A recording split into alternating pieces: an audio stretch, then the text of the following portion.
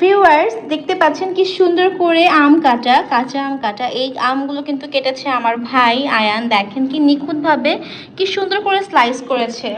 So এখন আমি কাঁচা আমের ভর্তা বানাবো, আমার অনেক পছন্দের। আমার এই সামার সিজনে কাঁচা আমের ভর্তা না খেলেই নয়, আমি পারি না, ডেইলি 2-3 বার করে খাই। সো আমি কাঁচা আমের ভর্তা কি করে বানাই, কিভাবে বানাই, কি কি ইনগ্রিডিয়েন্টস দিই, সেটাই আজকে আপনাদের সাথে আমি শেয়ার করব। সো প্রথমে একটি বোল নিয়ে নিয়েছি, এখন আমি কাঁচা আমগুলো ঢেলে নিব।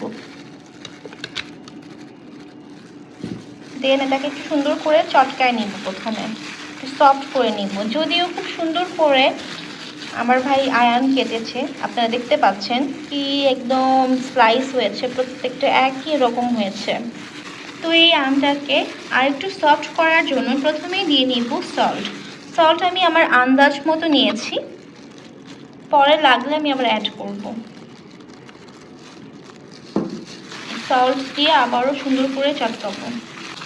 ভিউয়ার্স, আপনারা যখন কোনো ভর্তা মাখাবেন তখন অবশ্যই হাতে হ্যান্ড গ্লাভস করে নিতে পারেন, তাহলে আপনাদের যে ঝালটা হাতে লাগে সেটা লাগা থেকে আপনারা বেঁচে যাবেন, হাত আর জ্বালা পোড়া করবে না। দেখেন একদম মাখাতে মাখাতে একদম সফট বানিয়ে ফেলেছি। এখন আমি সুগার অ্যাড করে নিব, এটাও আমি আমার আন্দাজ মতো নিয়েছি।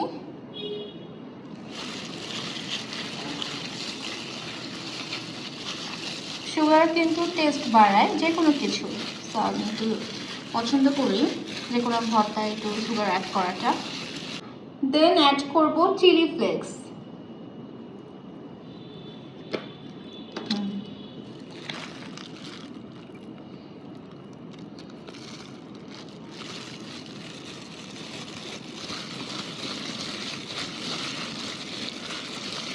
আপনারা ঝাল যতটুকু খেতে পারেন নেবেন, আমি একটু ঝাল বেশি খাই, লবণ লবণ সব কিছু বেশি খাই ভর্তায়, তাই আমি এভাবে দিয়েছি।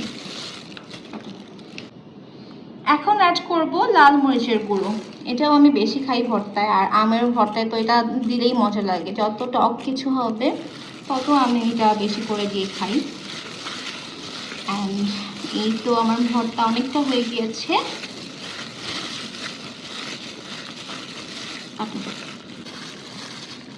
অ্যান্ড এখন আমি অ্যাড করব রাঁধুনির কাসুন্দি। যে কোনো ভর্তা মানেই কাসুন্দি দিতেই হবে, তো কাসুন্দি অ্যাড করে নিচ্ছি।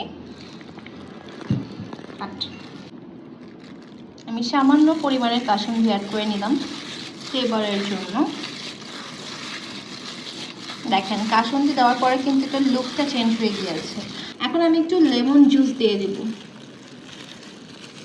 আমি এক পিস লেবুটাকে এভাবে, লেবুর যে জুসটা আছে এটা আমি দিয়ে নিয়েছি, এটাও ফ্লেভারের জন্য। অ্যান্ড সবশেষে অ্যাড করব গ্রিন চিলি। আমি এখানে 2টা গ্রিন চিলি নিয়েছি, এটা মাখাবো না, জাস্ট একটু হালকা করে ডেকোরেশনের জন্য দিয়ে নিলাম। তৈরি হয়ে গেল আমার কাঁচা আমের ভর্তা।